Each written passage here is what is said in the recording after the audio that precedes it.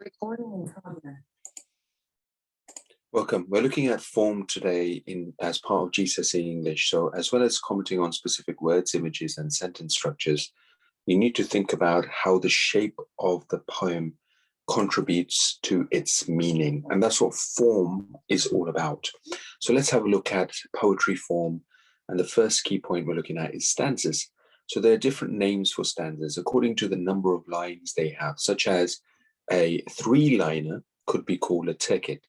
Quatrain is a 4-line stanza, and a sestet is a 6-line stanza. So remember, stanzas are the small paragraphs of poems that are bunched together. Shape and rhyme. So look at the shape of a poem and consider whether it reflects the meaning of the poem. Each poem is different, but here are some ideas to get you going.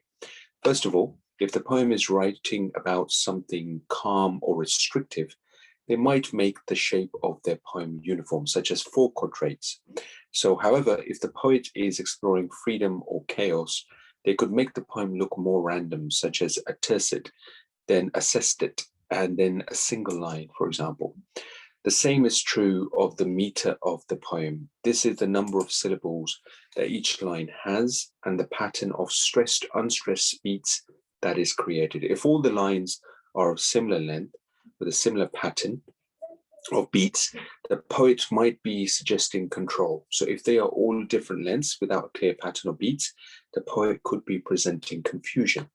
So you should also consider rhyme scheme. If there is a rhyme scheme, such as rhyming couplets, which you can describe as ab, or every other line that's rhyming, which is known as abab, the poet might be using this again to create uniformity.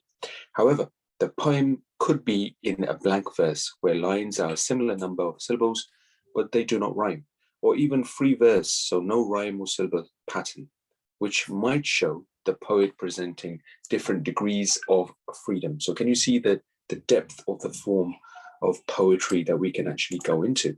So keep an open mind and interpret the shape of the poem in relation to the poem's meaning. So limericks can be useful for securing your understanding of shape and meter. For example, there was an old man with a beard who said, "It is just as I feared. 2 owls and a hen, 4 larks and a wren have all built their nests in my beard." So this is from a book of nonsense by Edward Lear. So this gives you an example. Because they need to be memorable for children to recite, limericks have highly shaped form. The first, second, and fifth line always contain 8 syllables. So first, second, and the fifth line contains 8 syllables altogether.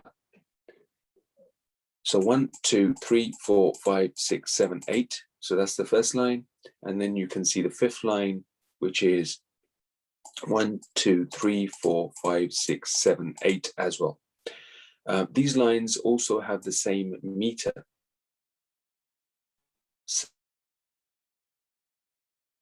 Loud, and notice how exactly you can test that out later on. So we've got the third and fourth lines are also the same. So third and fourth lines also the same. So 2 owls and a hen, 4 larks and a wren.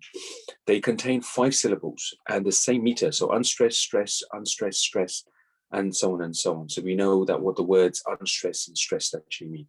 The rhyme scheme for a limerick is always aba, meaning the first, second, and fifth line rhyme, and the third and the fourth lines actually rhyme as well. So these are the forms of poetry that you need in your GCSE English exam, whereby you can actually literally show the meanings and the definitions of the forms and the techniques coming out, which will give you, of course, many bonus marks in your exams as well.